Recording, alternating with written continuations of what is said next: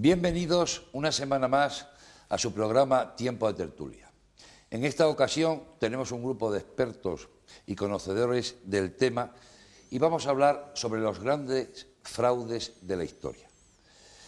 Nos acompañan hoy don Santiago Camacho, autor de Grandes fraudes de la historia, periodista. Bienvenido, Santiago. Igualmente, muchas gracias. Nacho Ares, director de la revista de arqueología y autor de La historia perdida. Bienvenido, Nacho. ¿Qué tal? ¿Cómo estáis? Francisco Contreras Gil, periodista, escritor y autor de Casas encantadas y fantasmas. Bienvenido, Francisco. Bien hallado. Jesús Callejo Cabo, escritor, autor de Secretos medievales e Historia de la brujería. Bienvenido, Jesús. Gracias.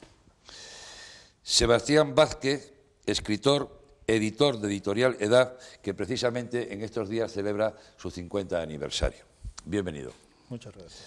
Gustavo Vidal Manzanares, escritor, técnico de administración, autor de Masones que cambiaron la historia y colaborador de Plural.com. Bienvenido, Gustavo. Muchas gracias. Quizás para iniciar nuestro programa, ¿quién mejor que el autor del libro Grandes fraudes de la historia, que ha servido de base para realizar este programa, de situarnos un poco en cuáles son los fraudes más notorios que actualmente se dan? Bueno, la verdad es que los que se dan actualmente son los mismos que se han dado históricamente. Yo creo que desde que el hombre toma como suya la herramienta del lenguaje, uno de los usos perversos que hace de ella es precisamente engañar a su prójimo.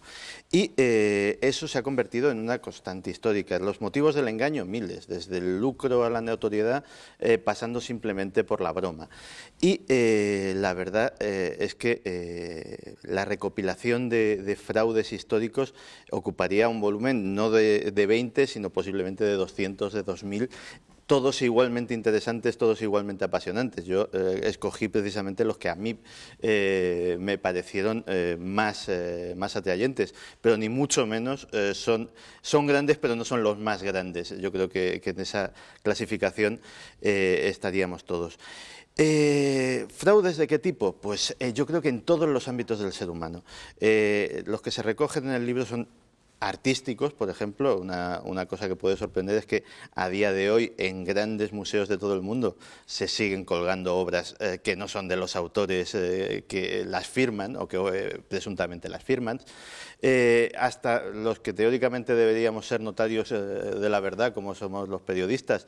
Pues ha habido notables fraudes periodísticos a la hora de tratar este tema. Y incluso los que tendrían que ser los notarios del pasado, que serían los historiadores, pues también se han tenido que enfrentar a grandes fraudes históricos. Porque en arqueología, Nacho, ¿cuáles son los principales hechos que tú narras o que tú conoces?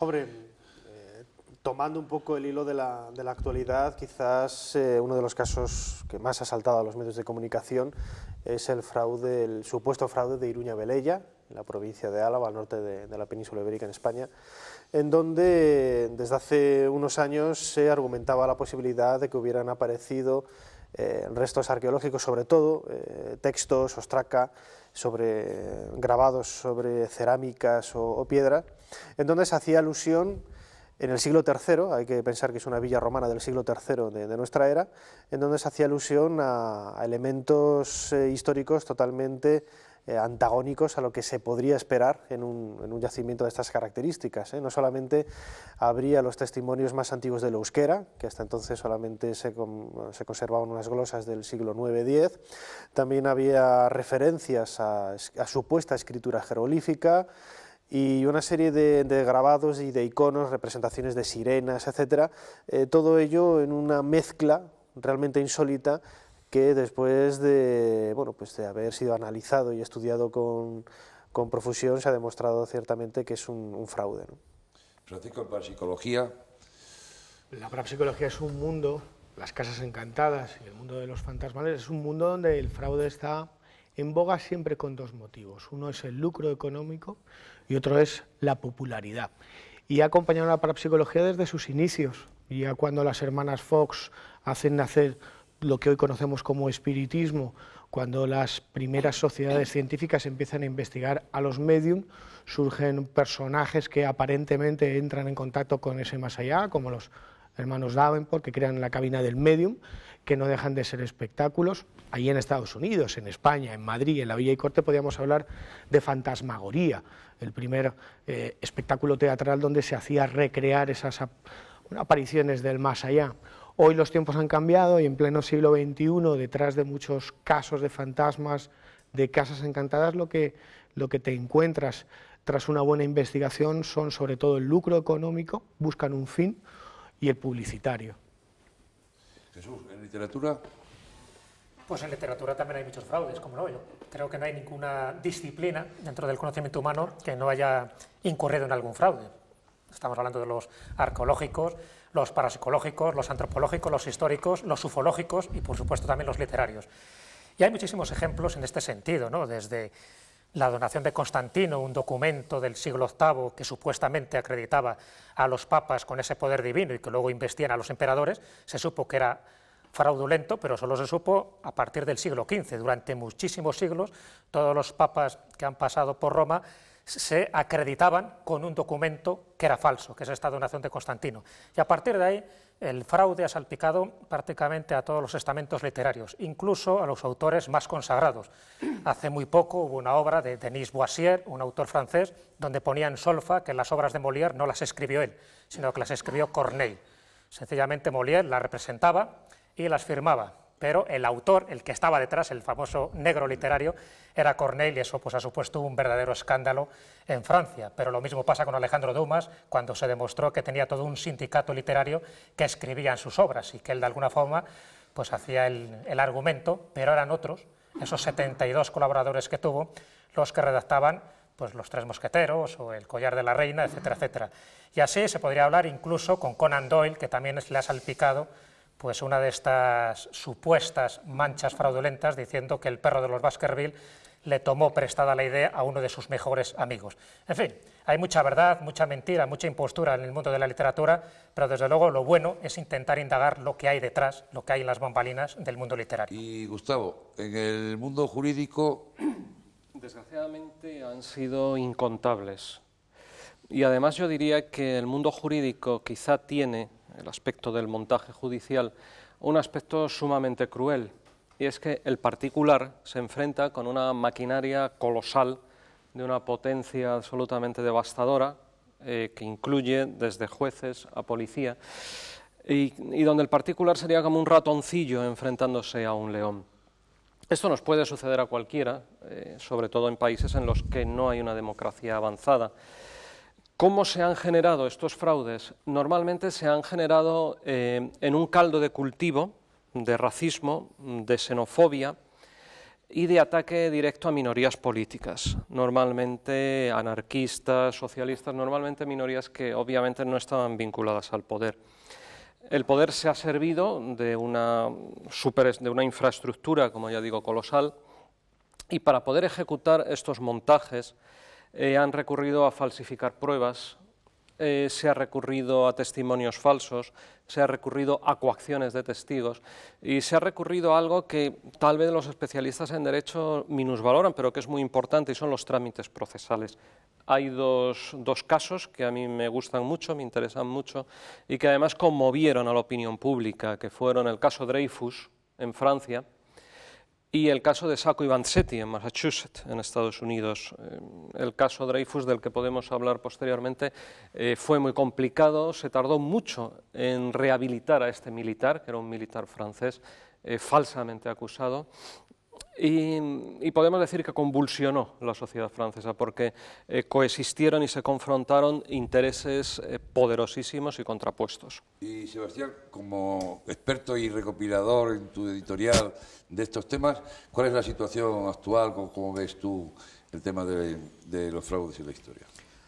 Mira, a mí lo que más me ha sorprendido, ahora que he profundizado a través del libro de Santi y de otros libros editados, es que el fraude, y sobre todo una parte del fraude que a mí personalmente es la que más me pone, digamos, nerviosa, es la de la manipulación, es mucho más grande y es mucho más extensa de lo que creemos. Y hay un caso, ya que como editor pues me refiero a libros, que es ese famoso libro que Santi lo cita en su obra, el de los famosos protocolos de los sabios de Sion, libro de cabecera de Hitler, un fraude demostrado hasta la saciedad, que tenía además un objetivo político y de manipulación, en donde todavía hoy hay gente que cree que es verdad. Y ese libro llegó prácticamente pues, al pueblo judío, al Holocausto y toda aquella manipulación política.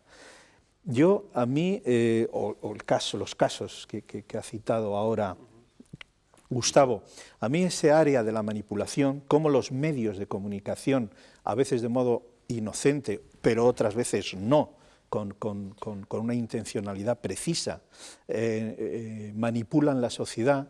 Yo creo que hoy, esto de que estamos hablando no es un hecho histórico, sino que es una realidad precisa en nuestra sociedad. El fraude que tiene como fin una manipulación. ¿Así lo veis? Sí, la verdad es que sí. El ejemplo que ha dado Sebastián es muy claro. Los protocolos de los sabios de Sion, a día de hoy, que se está plenamente demostrado, sin lugar a dudas, que es un fraude. Hay países que interesadamente los siguen comercializando y donde son grandes éxitos de venta y donde los propios dirigentes de esos países, y me refiero a países árabes en general, es un texto manifiestamente antisemita, pues los promocionan entre su población. En países como Arabia Saudí, los protocolos de los sabios de Sion se pueden encontrar en cualquier librería y en los discursos públicos de dirigentes de esa nación, algo que es sabido por cualquier persona medianamente culta, que es efectivamente un fraude desde hace mucho tiempo, pues se sigue citando, se sigue adoctrinando a la población diciendo que es verdad. Pues como ese ejemplo hay muchos. La prensa, en eso sí quería matizar a Sebas, muchas veces también es víctima inocente de los fraudes. Es decir, no solamente tiene ese afán manipulador, que a veces lo tiene, sino que a veces también picamos los periodistas. El caso de los diarios de Hitler. El caso de los diarios de Hitler, por ejemplo, es muy prototípico. Revistas de tanto prestigio como Stern, como Time Magazine, aquí fue Diario 16, creo recordar, etcétera, etcétera, gastaron una millonada de dinero en comprar los derechos de unas publicaciones que aparecieron y que presuntamente eran los diarios de Hitler. Y realmente fueron obra de un par de pícaros que consiguieron durante un tiempo enriquecerse y que luego más tarde pues dieron con sus huesos en la cárcel. A mí me gustaría diferir, perdona Gustavo, los medios de comunicación relacionados con todo lo que tenga que ver con lo paranormal sí que no pecan de inocentes, Santiago. Hay un caso que muestro en el nuevo libro, en Fantasmas hay alguien en otro lado, como es el de los fantasmas del Palacio de Linares, donde todos los estudiosos, todos los expertos y todos los reporteros, divulgadores relacionados con el misterio saben que se perpetuó un gran fraude. Lo que pasa es que es muy goloso rellenar con una historia que tiene todos los ingredientes espacio. Y eso está ahí. Puede ayudar a enriquecer la historia de un lugar. Para todos los espectadores que no lo conozcan, ubicado en la Plaza de Cibeles de Madrid, construido a principios de siglo por los marqueses de Linares, edificio, inmueble, fiel reflejo del boom aristocrático madrileño, del esplendor aristocrático madrileño, en el que se fraguó una historia de supuestas voces del más allá que llegaron a congregar a miles de madrileños para contemplar lo imposible. Ocurrió en abril de 1990 y lo que se fraguó ahí fue una historia presuntamente avalada por un libro que se escribiría dedicado a lo paranormal por una doctora que se llamaba Carmen Sánchez de Castro. Todos los que nos hemos acercado, estudiosos dedicados a la divulgación de misterios a ese caso, sabemos que esa historia es fraudulenta.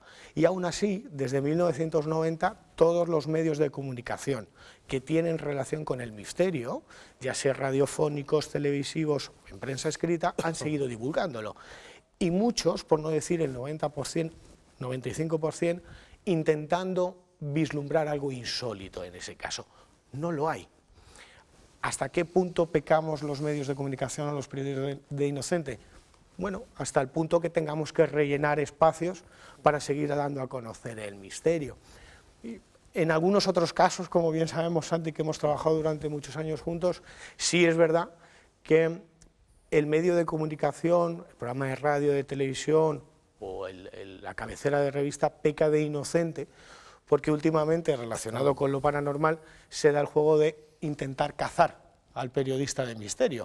Yo recuerdo las 9 horas que estuve de grabación de madrugada con 5 grados bajo cero en un pequeño cementerio de Ávila para intentar vislumbrar si en ese cementerio ocurrían fenómenos extraños. Y era simplemente una trampa de un espectador que quería cazar al periodista, al reportero, con algo que no era inexplicable. Pero no es menos cierto que la responsabilidad, y hablo desde el campo de lo paranormal, es que el buen periodista tiene que ir al lugar de los hechos, contrastar la noticia, entrevistar a los testigos y exponer el qué, cuándo, cómo, dónde y por qué. Si cualquiera de nosotros, y lo hacemos, lo desarrollas, hay que decir y hay que ser objetivo cuando algo es falso. Con las nuevas tecnologías es más fácil descubrir que una pieza no es de un siglo o de otro, ¿no? Sí, yo iba a hacer un comentario a colación de lo que estaba diciendo Francisco. Es cierto que la responsabilidad en muchos casos es del investigador, o no ya del lector final, que es a quien llega el medio de comunicación que transmite este tipo de fraudes, ¿no? En muchos casos se peca de ingenuidad en el sentido de que no se consulta la fuente original. O sea, yo me he encontrado infinidad de fraudes o de hechos curiosos que durante décadas han ido rebotando de un sitio a otro contándose como si fuera algo real, y luego vas a la fuente original y te das cuenta de que no se está contando nada de eso que se dice, ¿no? Voy a poner un caso relativamente conocido, que es el cráneo del hombre de Rodesia, encontrado en los años 20 en Zimbabue, la antigua Rodesia. Bueno, pues hubo una serie de investigadores de enigmas históricos como Eric von Däniken en los años 60 y 70 que publicaron centenares de reportajes, páginas documentales sobre el orificio que tenía de entrada en el lado izquierdo de este cráneo y que salía por el otro extremo, y entonces especulaban con la idea de quién es el que disparaba balas pues hace 300.000, 150.000 años, ¿no? Cuando yo fui al Museo Británico y vi el cráneo de Rodesia, lo primero que me di cuenta es que efectivamente tenía un agujero de entrada, producido, según comentaban los médicos, por una otitis, una infección, pero no existía ningún agujero de salida. O sea, eso era una invención de no sabemos quién, que había sido divulgada a través de los medios de comunicación, y hoy todavía incluso se siguen comentando historias similares. Lógicamente, los medios de comunicación actuales, a través de Internet, etcétera, es cierto que se puede manipular la información y difundir este tipo de fraudes, pero también es cierto que permite también la difusión de la fuente original para tener un conocimiento más cercano, ¿no? ¿Algún caso concreto, Jesús? Hay muchos casos, y sobre todo los que a mí me llaman la atención es cuando hay una especie de confabulación entre pillos, que todos se ponen de acuerdo para orquestar un fraude. Y a veces es muy difícil saber el origen de un fraude cuando son los propios medios de comunicación los que están implicados en camuflar las pruebas. Por ejemplo, voy a contar un caso donde participaron varios estamentos, ¿no? Es famoso aquel programa radiofónico de Orson Welles donde retransmite la Guerra de los Mundos en el año 1938, generando el pánico, pensando que había una auténtica invasión marciana, y por lo tanto pues mucha gente empezó a preocuparse, ¿no?, por su salud, y algunos se retiraron del mundo suicidándose antes de que les invadieran los marcianos, lo cual no deja de ser paradójico. Bueno, pues Orson Welles, después de la repercusión aquella que tuvo, luego pidió perdón diciendo que bueno, él no quería generar ese fraude y ese pánico. Orson Welles, años después, se interesa por una obra que habla de un pintor, uno de los más famosos pintores de obras de arte falsificadas, que es el Mir de Ori, que conocéis muy bien, y es una obra que publica Clifford Irving y que se llama Fake, falso. Entonces él lee esa obra, le interesa el personaje de el Mir de Ori y hace un documental, un docudrama sobre el Mir de Ori, y basada en esta obra de Clifford Irving, que a su vez estaba redactando una biografía totalmente falsa de Howard Hughes, uno de los multimillonarios más importantes de Estados Unidos, y que luego le pillaron a él en ese mismo fraude, es decir, esa biografía estaba totalmente inventada porque no lo había autorizado el propio multimillonario. Así que, para que veas un poco, es un ejemplo muy tomado a vuela pluma, para darnos cuenta de que cuando hay medios de comunicación por medio, en el caso de esa biografía de Howard Hughes, si no fuera él el que descalificó, porque estaba totalmente retirado, ya lleva prácticamente 15 años en la sombra, si no hubiera dicho él que eso era totalmente falso, se hubiera colado con el anticipo millonario que hubiera recibido Clifford Irving, como la biografía donde se contaban todos los secretos de este gran personaje, bueno, y uno de los grandes iconos del periodismo y de los medios de comunicación de Estados Unidos. Todo esto al final sale a la luz, pero ¿cuántas cosas no habrán salido a la luz y todavía no las estamos creyendo? Mira, yo creo que como en todo, en el tema de los medios de comunicación y los fraudes, y supongo que estaréis todos de acuerdo, si hay algo importante es ir a la raíz. En el caso de fraudes de tipo esotérico, fraudes de documentos, etcétera, es indudable que hay un afán de lucro, ¿no? En el caso de los montajes estatales, ¿no?, que sería un poco el tema que yo hablaría, hay una relación que es una relación de poder, es decir, de imponer una serie de ideas. El papel de los medios de comunicación, pues no es muy difícil escarbar en él. Todo depende de a qué núcleo, a qué fuente de poder estén conectados. En el caso Dreyfus, que yo invito a toda la audiencia a buscar en Internet, a profundizar en él, porque es un caso interesantísimo, que conmovió Europa y que conmovió especialmente Francia, y en donde Émile Zola, el gran escritor Zola, tuvo una participación vital. Había algo muy importante y era el derecho. Había dos cuestiones que se debatían: el derecho de los medios de comunicación, que entonces lo tenían, lo que se llamaba el derecho a injuriar. Es decir, los medios de comunicación eran impunes para sembrar todo tipo de calumnias. Contra particulares, contra instituciones tal vez no se atrevían, porque si calumniaban al ejército se arriesgaban, como pasó en alguna ocasión, a que los arrasaran el periódico. Pero contra particulares eran absolutamente impunes, solamente cabía el duelo. Esto por una parte, ¿no? O sea, la impunidad de los medios, que afortunadamente hoy en día pues está más o menos regulada, ¿no? En este caso, en el caso Dreyfus, también confluye otro aspecto para el fraude, que sería un fenómeno que desgraciadamente es muy real y que creo que lo va a seguir siendo, que es el tema de la xenofobia, más que el odio al extranjero, el miedo al extranjero, ¿no? Creo que detrás de los montajes, y esto se da mucho en el caso de las personas que vienen a España de otros países de Sudamérica, también hay mini montajes con respecto a la percepción que tenemos de ellos, ¿no?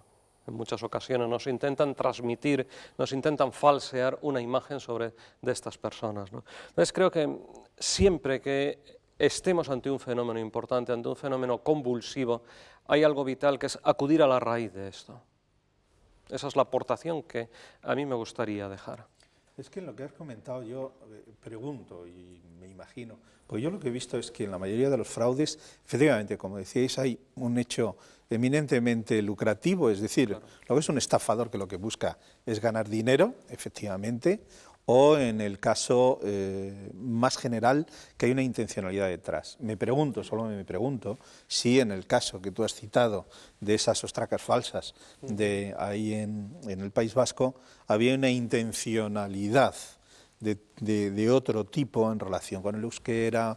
Yo creo que, sin lugar a dudas, hay una intencionalidad, pero es que en el caso, que es muy bonito, que me parece fantástico, que está en el libro, el del hombre de los huesos, el hombre de Pildan, eso tiene una intencionalidad, tiene que ver con la antropología, pero tiene que ver también con una serie en ese caso estaban las teorías de Darwin por medio, es decir, un montón de cosas que tiene una intencionalidad concreta. Yo he oído, no sé si será verdad, en el caso de la antropología, en el caso de la arqueología, de que hay grandes cantidades de dinero circulando por parte sobre todo de grupos creacionistas, bíblicos y tal, que tratan de algún modo interrumpir, falsear, manipular cualquier información de desarrollo que tenga que ver con la arqueología o la antropología que vaya en contra de su ideología. A esto, en el propio libro, hay lo que es la manipulación, las gigantescas manipulaciones que han derivado en guerras, literalmente en guerras, enormes manipulaciones. Ese espíritu fraudulento en el cual todos estamos inmersos. No está libre el mundo editorial, ¿no? Cada rato aparecen autores que han, digamos, por error copiado textos de otros. Perdón, una curiosidad. Y si un señor llega allí y dice, yo me llamo Cervantes, te entrega el libro y tú lo editas, lo vendes y no sé qué, y le pagas el dinero y luego se averigua que no es Cervantes, ahí no hay ninguna... Es una estafa. Es una estafa, sí. De hecho, muchos de estos casos que han salido popularmente a la luz ahora, pues claro, se dirimen en los juzgados, porque claro, el estafado, el copiado, pues claro, lo denuncia. Hay otros casos que son muchos también, no salen a la luz, porque luego hay acuerdos privados. Hay uno muy famoso y que naturalmente no puedo citar, pero un escritor famosísimo que ha tenido una gigantesca denuncia y la propia editorial, el autor, lo ha solventado al que ha demandado la estafa, pues pagando mucho dinero para que no pase a los juzgados y no pase a los medios de comunicación. Es decir, en este caso no hay ninguna intencionalidad, nada más que, en este caso, el lucro.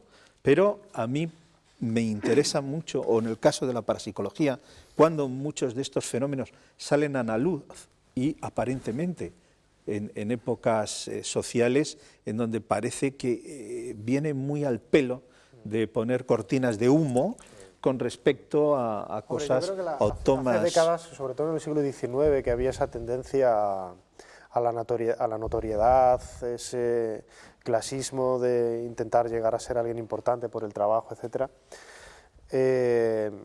era más dado a este tipo de fenómenos de fraude, ¿no? O sea, y, por ejemplo, argumentos como el hombre de Piltdown, etc., pues tienen un marcado carácter científico desde el punto de vista de la notoriedad. Últimamente yo creo que esa notoriedad queda un poco más de lado y hay otros argumentos que esgrimen un poco la aparición de los fraudes, en el sentido de que, ahora comentábamos el argumento político, ¿no?, para sacar adelante fraudes tan burdos como el de Iruña Velella en España, o incluso una de mis especialidades, que es la egiptología.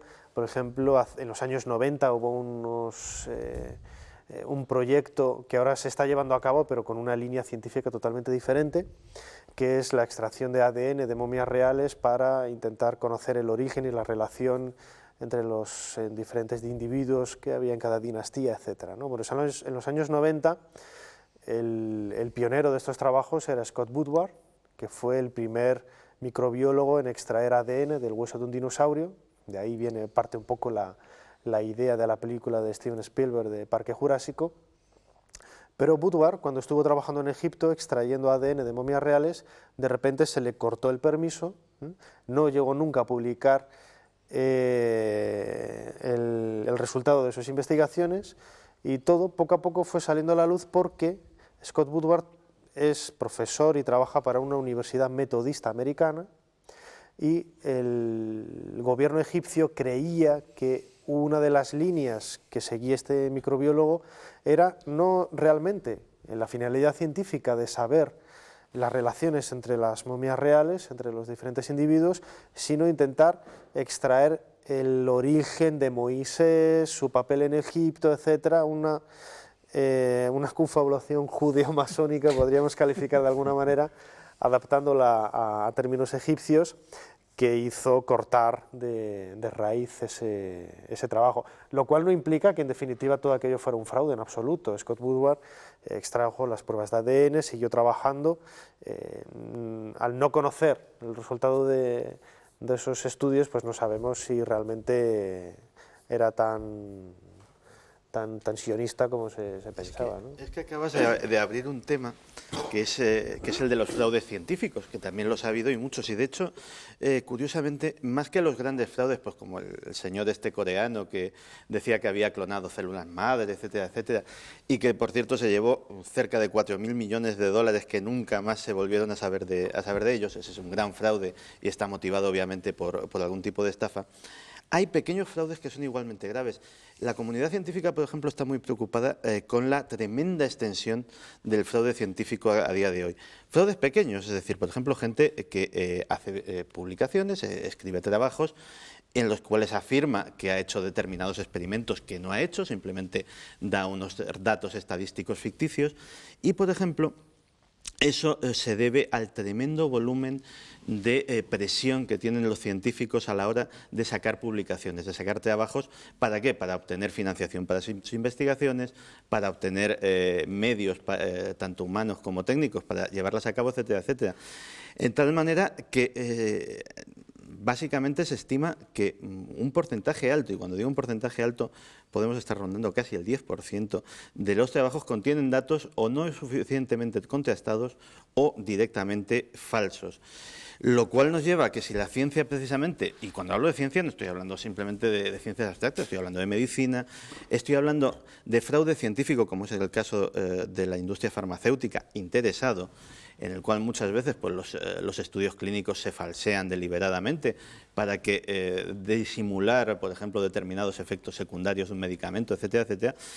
Pues fraudes que pueden parecer pequeños o que no tienen el glamour de los que estamos hablando ahora, pueden llegar a resultar catastróficos para la población en general, pues como por ejemplo fue la cuestión de la talidomida en su época, o otros tantos fraudes que han afectado a la salud pública. Yo quería introducir un tema, no sé qué opináis, que a mí me parece fascinante, que es el de las biografías amañadas, es decir, los fraudes en la biografía. En la historia siempre, ya sabemos, ¿no?, los grandes iconos, pero, y me gustaría conocer vuestra opinión, y saco un tema que por lo menos ha funcionado, un icono precisamente de la ciencia Einstein, ¿no?, que hoy en día es un referente, pero en cambio hay mucha literatura que afirma que en realidad quien estaba detrás, quien era el cerebro verdadero, era su esposa, que estaba ahí en un segundo plano. O en el caso de otros muchos científicos que en realidad eran los que al final firmaban las patentes, pero le habían robado esas patentes a otros individuos, ¿no? No sé vosotros qué opináis sobre este caso de las biografías falseadas, de biografías en las cuales hay una gran parte inventada, pero ¿quién va a tirar eso atrás? Esto de Einstein lo había ido. Es muy breve, yo creo que es un elemento de egolatría. En el caso del científico, del autor, del pintor que manipula su biografía. Pero simplemente un elemento de egolatría. En el caso de la ciencia sí es cierto que el que firma el trabajo es solamente el jefe de un equipo de científicos y posiblemente el que ha descubierto, entre comillas, la penicilina ha sido otro. En el caso de Fleming no, porque fue él solo, pero el que ha realizado... Por ejemplo, en el caso de Edison, pues se afirma sus negros que muchos, pero no negros, sino personajes que luego, que sencillamente se les ha robado las ideas, o a Graham Bell, que realmente no descubrió el teléfono, Exacto. Lo descubrió un italiano que no tenía dinero para patentarlo, creo. Exacto. Sí, es que, hombre, la verdad real de lo que ha sucedido, partiendo de la base de lo relativo, que es la verdad, yo creo que en muchas ocasiones no tiene nada que ver con lo que nos cuentan. O sea, nos venden el muñeco, nos lo visten, pero bueno, no es lo cierto, ¿no? Por eso lo bueno es dudar de todo. En el caso de lo paranormal, de la parapsicología, las biografías de las grandes y de los grandes dotados de principios de siglo siempre están salpicados de episodios fraudulentos. Daniel Douglas Home, Eusebia Palladino, Florence Cook, siempre han tenido, y eso es una realidad, fenómenos no explicados a la luz de la ciencia de aquel momento, incluso la actual, la del siglo XXI, pero también episodios que eran claros fraudes.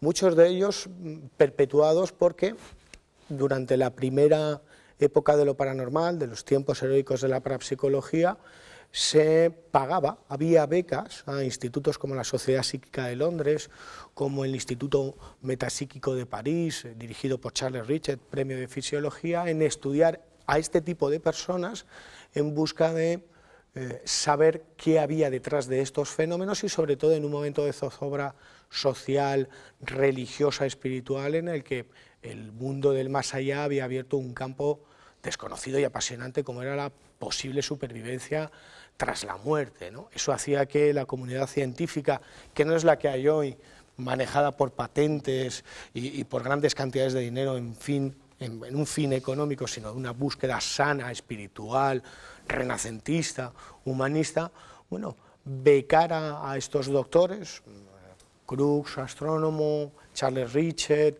Meyers, Flamayon, aquí en España Comas, astrónomo de Barcelona, incluso para que investigara a estos presuntos dotados, que no dejaban de ser médiums, etiquetados como mediums por Allan Kardec, seudónimo de Hipólito Denizar Rival, que fue el padre del espiritismo, a quien dio una doctrina a esto de la creencia animista en el más allá y a los espíritus, y en esas biografías hay episodios bastante curiosos. Eso no es óbice para decir que fueron grandes dotados y que hubo fenómenos a la luz de la ciencia sin explicar. Pero sí es verdad que... pregunta simple, pero dirigida a todos, inclusive a quien nos esté viendo, para que se lo cuestione. ¿No podría plantearse que en el fondo todo es un montaje? Me explico. Sobre todo los grandes movimientos políticos. El comunismo, que se presenta como un elemento de igualdad, etcétera, y en el fondo no es ni más ni menos que un pretexto para que unos cuantos señores del buró, del aparato político, se hagan los dueños. Y hoy en día el neoliberalismo, que nos vendía la doctrina de que si el mercado lo resuelve todo y cuando llegan los problemas es el mercado el que pide ayuda al Estado, ¿no? Yo creo que uno de los grandes fraudes o de los últimos fraudes es la doctrina neoliberal, la doctrina neocon. Es la gran mentira la que nos ha llevado a una ruina brutal partiendo de la base de que el mercado me parece estupendo, ¿no? ¿Parte del error o parte de la intencionalidad? La intencionalidad. Una intencionalidad. Evidentemente, ellos mismos, vamos a ver, yo creo que si sometiésemos a hipnosis a los gurús del neocon, es más, si sometiésemos a hipnosis a la mayoría de los políticos, descubriríamos cosas muy interesantes, ¿no? A mí me gustaría saber hipnotizar haciendo así, simplemente. Yo creo que es un fraude, o sea, yo creo que los grandes movimientos políticos, como por ejemplo los neocon, el neoliberalismo, es un fraude global. Es un fraude global, es un pretexto para que unos pocos se hagan inmensamente ricos mientras, por decirlo de una manera coloquial, tienen comido el coco a la mayor parte de la gente. Ya, pero en cuanto a fraude, pues posiblemente... Sí, más genérico. Claro, pero dentro de unos años yo creo que se estudiará... Una partitura firmada uno por el otro. Dentro de unos años se estudiará el comunismo como un fraude, como un gran fraude, y el neoliberalismo, como hay religiones que se sabe que son un fraude, ¿no? Como hoy podemos pensar que la religión egipcia pues no dejaba de ser un gran fraude, ¿no? Hombre, yo no sé pero existía, No, existía, pero no me vayas a decir que era efectivo que cuando tú te morías, pues comías el alimento... O sea, es una gran mentira, ¿no? Para tener a la gente entretenida. Yo creo... Es que yo soy muy relativista.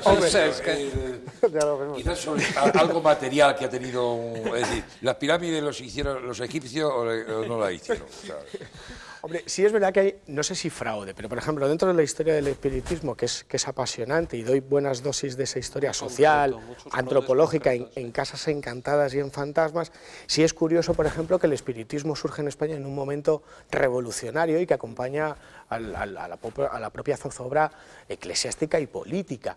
En 1888, cuando se celebra el primer Congreso Espírita en Barcelona, tras 3 autos de fe por parte de la Iglesia Católica, el último el 9 de octubre del 61, con la quema de 300 volúmenes que venían de forma ilegal por Marsella y que entran en Barcelona, se promueve ideas sociales desde el más allá, es decir, se intentaba racionalizar las creencias de forma interesada con la igualdad de derechos para entre clases.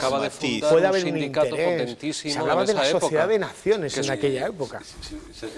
Santiago, luego nos cuenta algún caso concreto de tu libro.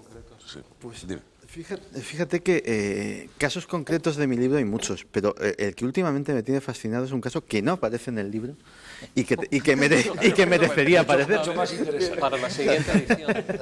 Porque realmente estamos hablando de personas que han convertido en fraude absolutamente toda su vida.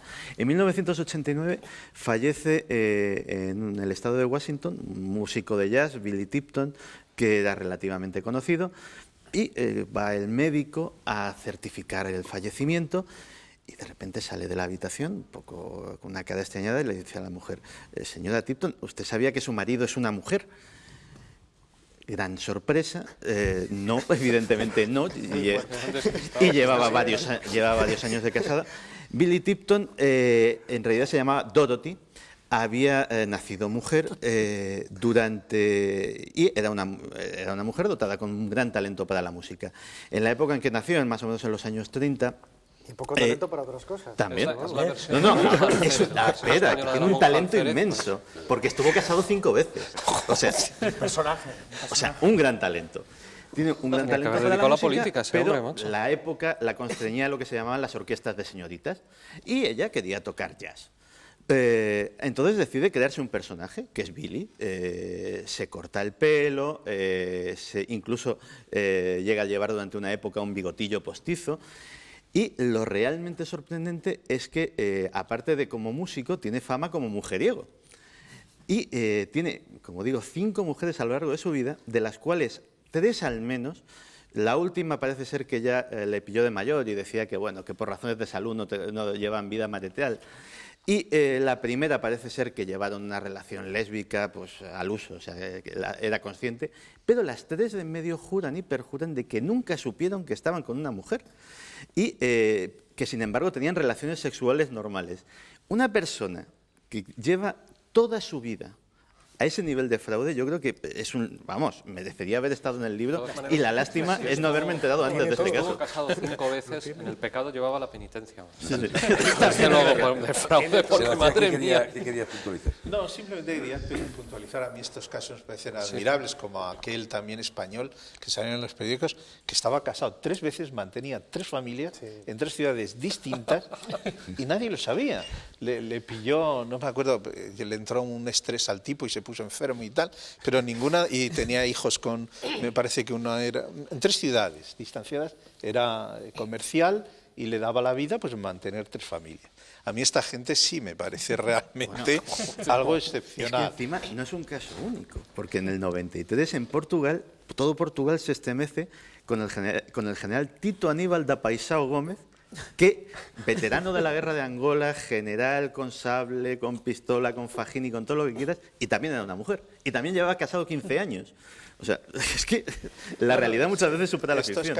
Pero yo, por volver un poco a lo de antes, yo creo que una cosa están las creencias. Es decir, yo creo que los espiritistas, al menos los ancianos que yo conocí, estos ancianos espiritistas, que todavía quedan algunos, se lo creían. O sea, ellos se lo creían esa realidad. Igual que los egipcios, yo no creo que tuvieran una condición fraudulenta, porque yo creo que el fraude siempre implica una intencionalidad. Y yo creo que aquella gente tenía esas creencias, que eran las suyas, igual que las religiones modernas pues tienen las suyas. A mí me parece mucho más estos casos insólitos de pequeños fraudes diarios y cotidianos, los fraudes estos a mí, las grandes biografías, es decir, a mí cuando el fraude hay una intencionalidad, y sobre todo cuando esa intencionalidad es más oscura. Tú, por ejemplo, has hablado de los fraudes en el mundo de la salud, de la medicina. Aquí en España vivimos el terrible caso de la colza, hoy en día sin explicar, donde dejó muchísimos muertos y heridos. Es decir, a mí ese tipo de fraude donde sí hay un interés preciso me parece más... Ahora, ten en cuenta, Sebastián, que yo creo que en el origen de todos los fraudes, prácticamente de todos, hay 2 causas. Una es la crematística, la que hemos valorado aquí, es decir, el que si implica en hacer un fraude que puede acabar con sus huesos en la cárcel es porque hay mucho dinero por medio, o bien el otro origen es el reivindicativo, es decir, personas que sí que se prestan a hacer un fraude mayúsculo porque quieren reivindicar algo. El caso de los protocolos de los sabios de Sion es clarísimo, es decir, hay una intencionalidad antisionista para eso, para reivindicar de que ellos son los malos y que por lo tanto son los causantes de todas las maldades que ocurren en la humanidad. Y hay un grupo orquestado que se sabe perfectamente desde que se publican en el año 1905.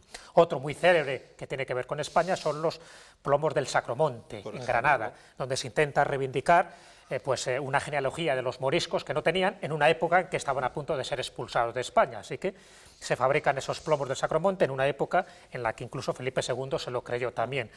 Y luego está esa variante muy fascinante que ha comentado Santiago, que son los falsificadores, pero más en la etapa de suplantador. Es decir, intentan suplantar una personalidad que no les corresponde, que pueden estar en las 2 cosas, o bien por una parte crematística, o bien sencillamente porque quieren reivindicar pues un sexo que no es el suyo, pero que se sienten mejor identificados. Y en ese sentido, Cuento solo 2 casos o 2 ejemplos que me parecen muy significativos. Uno es del George Almanazar, un personaje que decía que procedía de la isla de Formosa, en una época en la que nadie había estado en Formosa, y el hombre se inventa prácticamente todo lo que eran los formosianos, los sacrificios humanos que hacían, hasta 18.000 niños sacrificaban todos los años, todas las burradas que se le ocurrió. Se hace un alfabeto. Se hace un alfabeto, en fin, el hombre además se tatúa, se hace una serie de rituales, duerme de pie, en fin, hace verdaderas payasadas solo para que fuera querido, y evidentemente le cree, porque dice, nadie puede ser tan tonto como para suplantar algo que no es haciendo las cosas que él hacía. Bueno, pues al final era todo un fraude, ¿no?, de este George Almanazar. Pero es que lo mismo ocurría con la princesa de Carabú. Un siglo después de que ocurra este caso de Formosa, aparece una mujer, el puerto de Bristol, por cierto, se hizo una película de la princesa Carabú, donde ella decía que procedía de un país enigmático, mítico, del Extremo Oriente, que era Jabasú, y que hablaba ese idioma, ¿no?, el Jabasú, y que nadie entendía, por supuesto, hasta que al final, bueno, tirando del hilo, pues bueno, estaba además en las mejores recepciones sociales de la Inglaterra de aquella época, ¿no? Además la invitaban para que vistiera con su sari y que hablara en Jabasú. Al final se descubre que era una pobre mujer llamada Mary Baker, que se casó y escapó casi por los pelos de ser ahorcada. Bueno, pues este tipo de suplantaciones son muy curiosas, porque si no hubieran tenido ningún tipo de trascendencia, no hubieran pasado los libros de historia. Pero es que se mantuvo la impostura durante muchísimos años. ¿Por qué? Por 2 cosas. Primero, porque interesaba que eso fuera así, es decir, lo exótico atraía mucho en Inglaterra en el siglo XVIII y siglo XIX, pero también ellos tenían la necesidad de reivindicarse con algo que no eran. El caso de los héroes de guerra falsos, que tú citas en el libro, o últimamente este caso que ha salido a la luz en Estados Unidos, de esa historia de amor de 2 que se ven en un campo de concentración en la época nazi, bueno, una historia, ha salido en todos los medios como un ejemplo de amor incondicional, de la vida y no sé qué, no sé cuánto. Una mentira, de cabo a rabo.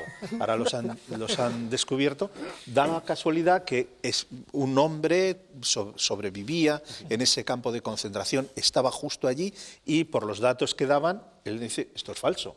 No había ninguna valla, no había y tal, hasta que ellos han confesado que se lo habían inventado todo. Es decir, todo esto es lo que tú decías antes, y todas las que la sociedad nos habremos tragado, muchísimas de todos los índoles, desde pequeñas a grandes. ¿Cómo se llamaba, que yo no me acuerdo ahora, este hombre que hasta llegó a ser recibido por el Papa, porque creó una leyenda negra sobre la masonería tremenda? No sé si era Leo Taxi, sí. Otro libro falso. Bueno, es que inventó misas negras.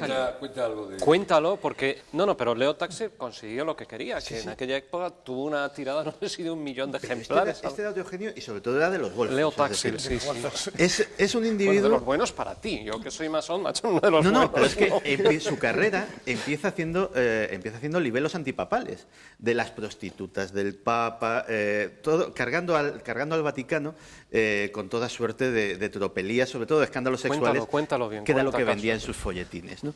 Era básicamente un autor de folletines de ínfima calidad, pero que descubrió que la vena escandalosa vendía muy bien. Y empezó con los escándalos de la Iglesia. Pero se ve que vio que el mercado era reducido o que no tenía la suficiente proyección y de repente empezó a inventarse los escándalos de la masonería. Él se confesaba masón arrepentido, etcétera, etcétera, y empezó a trazar una serie de historias oscurísimas de sacrificios humanos, conspiraciones de asesinato, ceremonias satánicas, etcétera, etcétera, y la gente se lo creía. Los libros, no llegaban a libros, eran folletitos, se vendían literalmente como churros. Efectivamente, la Iglesia, antes tan atacada por este hombre, esto lo acepta casi como dogma de fe.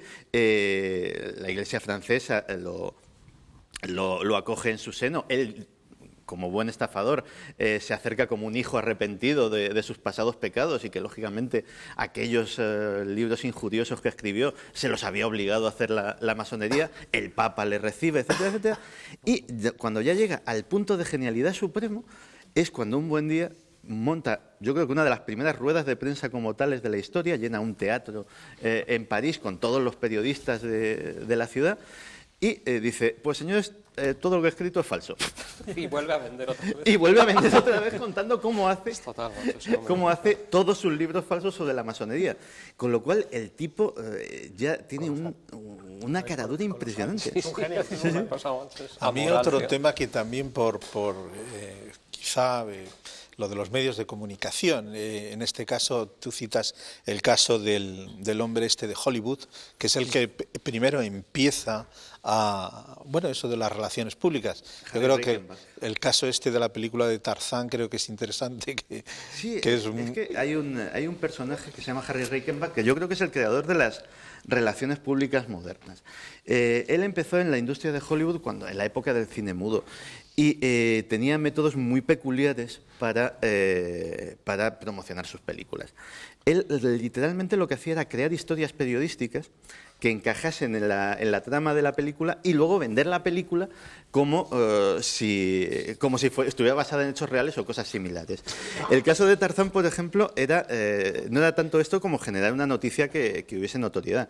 De repente, aparece en uno de los mejores hoteles de Nueva York un rico príncipe, no, era un concertista de piano, un concertista de piano que va a pasar allí, y la única condición que pone es que él tiene que ensayar con su piano en su suite, con lo cual tienen que subírselo arriba. Se monta un dispositivo de poleas, se lo meten por la terraza, etcétera, etcétera, un cajón enorme. Y también este individuo dice, no, yo además soy muy celoso de mi privacidad, no quiero que me moleste nadie. Me dejan la comida en la puerta, eso sí, yo como carne cruda. ¿Cómo que come carne cruda? Sí, yo como carne cruda, además en grandes cantidades. Me tienen todos los días. Bueno, los días van pasando, la dirección del hotel va notando cosas raras y finalmente mandan al detective del hotel, que descubre que este señor no tiene un piano en la habitación, tiene un león. Han subido un león vivo. Y, lógicamente, se monta el consiguiente escándalo, va a la prensa, detienen al caballero, y entonces la excusa que da dice, no, yo es que soy el mayor fan de Tarzán de todo el mundo, y yo sin mi león no viajo porque yo quiero ser como Tarzán. Eso justo una semana antes de que fuese a estrenarse la película de Tarzán. Salió en todos los diarios de Nueva York, lógicamente este individuo estaba pagado. Y es un ejemplo de hasta qué punto luego llegó a inventar historias falsas de princesas, de conflictos diplomáticos, con diplomáticos turcos que venían en comitiva a protestar porque habían raptado a una princesa, que luego era toda una película, etcétera, etcétera. Y realmente las relaciones públicas han avanzado muy poco desde entonces. Han avanzado en sutileza, pero se sigue mintiendo mucho. Las relaciones públicas, y lo sé porque es la carrera universitaria que yo estudié, es el arte de la comunicación pública, pero más engañosa y de mentir muy interesadamente. ¿Y muchas veces alguna obra o de arqueología o un cuadro que se sepa que es falso y se sigue vendiendo como auténtico y nadie se atreve a decir que es falso? Hombre, hay un caso que a mí me gusta mucho. Da un poco un giro de tuerca a lo que comentas, ¿no? En el siglo XIX, ya en el Victorian Albert Museum de Londres, se expuso como pieza renacentista el busto de Lucrecia Donati, una princesa una mujer noble del siglo XVI, y fue una de las obras maestras del arte renacentista hasta que hace relativamente poco se descubrió que era una falsificación de un escultor inglés, pero pues intentando dar como decía, una vuelta de tuerca al hecho de no vamos a ir en contra de esta pieza y tal, que es una falsificación, no, todo lo contrario. Se reconoció el valor artístico de la obra y hoy sigue en el Victorian Albert Museum, pero no en la parcela de arte renacentista, sino arte inglés del siglo XIX. Piezas como esta, no hay muchas en el mundo. Sí que es cierto que todos los museos, absolutamente todos los museos que tienen piezas egipcias, que es mi especialidad, tienen obras falsas. Es muy difícil en algunos casos dar con la clave de estas piezas, y bueno, yo creo que no hay mejor fraude que el que nadie conoce, al igual que no hay mejor sociedad secreta que la que nadie conoce, ¿no? Yo creo que, no sé qué comentaréis. Hay muchas pinturas de Picasso y de Dalí que son falsas, pero que hasta que no se acredite esa falsedad, hay muchos millonarios y muchos coleccionistas que lo tienen allí en su casa, encima de la chimenea, tan orgullosos de que tienen un Dalí y un Picasso auténtico. Sí, a eso me refería. Es decir, que... Hay casos. Hace poco salió a la palestra uno de esos casos también, bueno, no de fraude, sino de una mala atribución al autor, que fue el famoso Coloso de Goya. Pues ese Coloso de Goya no es de Goya, sino que era de uno de sus discípulos. Y como este tipo de obras aparecen continuamente. Sí es verdad que ha habido falsificadores muy expertos de obra de arte, hace poco citábamos al de Elmire de Ory, pero también hubo otro, uno de los grandes falsificadores de obras de arte alemán, que era Mecheren, Van Mecheren, que bueno, era un falsificador perfecto de las obras, por ejemplo, de Vermeer de Fell. Y se sabe que una de esas obras de Vermeer de Fell, que es muy difícil de imitar, pues se la vendió ni más ni menos que a Goering. Vamos, se jugó la vida directamente, pero Goering lo compró en su época pensando que estaba ante un Vermeer de Fell auténtico. O sea, la falsificación era tan perfecta, tan sofisticada, que ni los grandes marchantes del arte, porque claro, Goering cuando lo compra antes pide el consenso de los que él considera que son auténticos expertos en arte y le dicen que es un Vermeer de Fell auténtico. Luego con el tiempo se descubre que no es así. Bueno, pues ¿cuántas obras de estos grandes autores son falsas? Lo que pasa es que es una falsificación tan perfecta que hace muy poco, en una localidad suiza, se hizo una exposición exclusivamente de grandes obras de arte falsificadas, para ver si alguien era capaz de ver la diferencia entre el original y la falsificación. Es muy difícil. En España tenemos un caso que es mítico, la Dama de Elche.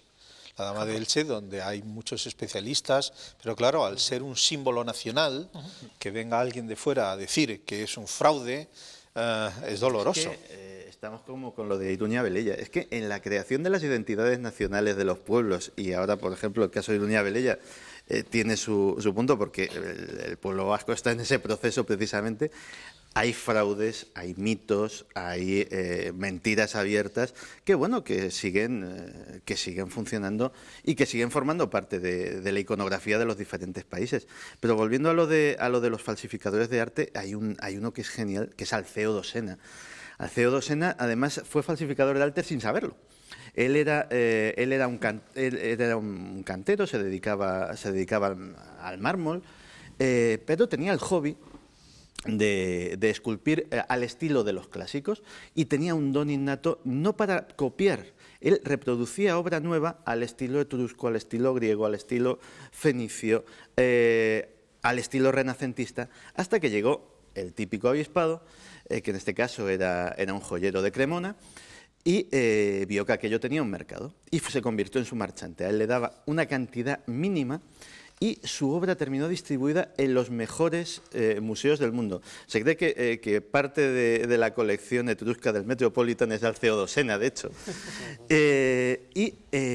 Un buen día, este hombre, para documentarse, para seguir con ese hobby que ya le estaba sacando un dinerillo, a pesar de que su socio se estaba haciendo multimillonario a costa de eso, estaba viendo catálogos de museos y de repente se encontró con su propia obra. Él lo denunció, nadie le hizo caso en principio, todo el mundo decía que bueno, que era un picapedrero con delirios de grandeza y poco más, que cómo podía haber hecho aquello, pero Dosena tenía un as en la manga, que es que había documentado fotográficamente todo el proceso de creación de sus obras y pudo demostrar una por una que aquello era suyo.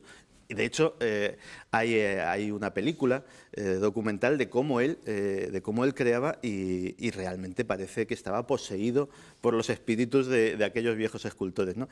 A veces incluso es eso, hay fraudes hasta involuntarios. Este hombre se hizo rico a su costa y a costa de su talento. A día de hoy una escultura de Dosena está bien cotizada en el mercado, ¿eh? Estamos ya en los minutos finales, por si queréis algún caso concreto. Hombre, yo creo, retomando un poco lo de la Dama de Elche, yo no creo que sea un fraude la Dama de Elche. Sí, pero que... Se ha especulado, es cierto. Moffitt publicó hace... hace 10 años un libro que decía el fraude de la Dama de Elche. Es cierto que hay algunos elementos un poco controvertidos y poco claros, pero bien es cierto también que hay otros más que le dan de una manera sólida la credibilidad al hecho, ¿no? Bueno, los fraudes yo creo que en la historia en muchos casos son algunos hirientes, pero hay otros, como hemos comentado aquí en los últimos minutos, que son totalmente divertidos y hasta graciosos, ¿no? Bueno, hay una película buenísima de Audrey Hepburn, Cómo robar $1 millón, ¿no? Que trata un poco de la historia de los fraudes artísticos en los grandes museos y lo que es capaz cada uno de pagar por supuestas obras artísticas. Redundando un poco en lo que decía antes, ya para acabar, yo creo que no hay mejor fraude que el que nadie conoce, y estoy convencido de que hay infinidad de fraudes artísticos, literarios, biográficos que jamás vamos a poder conocer, ¿no? Y con esta última opinión sobre los fraudes que seguirán estando presentes en nuestro mundo, terminamos nuestro programa de hoy. Nos han acompañado los siguientes especialistas. Santiago Camacho, autor de Grandes Fraudes de la Historia. Muchas gracias. Muchas gracias. Nacho Arés, director de la revista de Arqueología. Muchas gracias por tu asistencia. Gracias a vosotros. Francisco Contreras Gil, autor de Casas Encantadas. Muchas gracias. Jesús Callejo Cabo, escritor y autor de Secretos Medievales. Muchas gracias por tu asistencia. De nada. Don Sebastián Vázquez, editor de Editorial Edad, y enhorabuena por los 50 años. Muchas gracias. Y Gustavo Vidal Manzanares, técnico de administración y escritor y colaborador de Plural.com. Será hasta la próxima semana en este mismo canal, día y hora. Les esperamos. Escríbanos con su opinión, que nos ayudará a preparar los programas siguientes. Muchas gracias.